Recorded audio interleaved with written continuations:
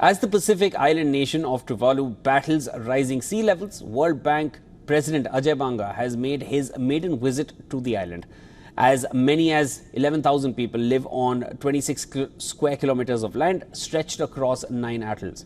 The impact of climate change has been clear as the tiny nation fortified its ports and reclaimed coastal land.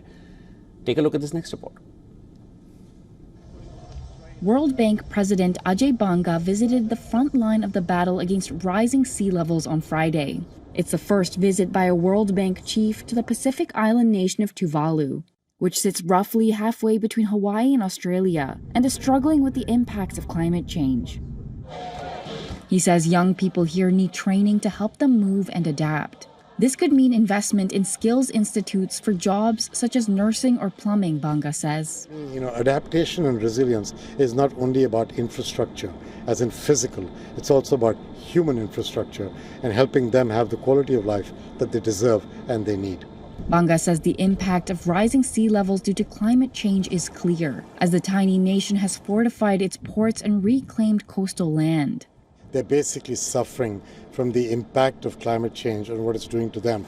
Tuvalu has a population of about 11,000 people. They live on 10 square miles stretched across 9 atolls. Scientists say by 2050, half of Tuvalu's main town of Funafuti will be inundated by tides. The country struck a climate migration deal with Australia last year, giving a pathway for residents to move when its atolls became uninhabitable. But for young people like Talua Navaga, Vice President of the Tuvalu National Youth Council, leaving home is Plan B. I've been an advocate and a youth advocate for climate mobility, but it doesn't mean that we are right now requiring the movement of people at this stage.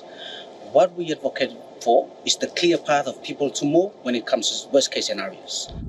Youth climate activist Grace Malley says she first learned of climate change when she was 8. When her parents explained why the space for playgrounds was shrinking. I love my country, I love my home, and I love doing what I do every day in Tuvalu. And I wish to stay.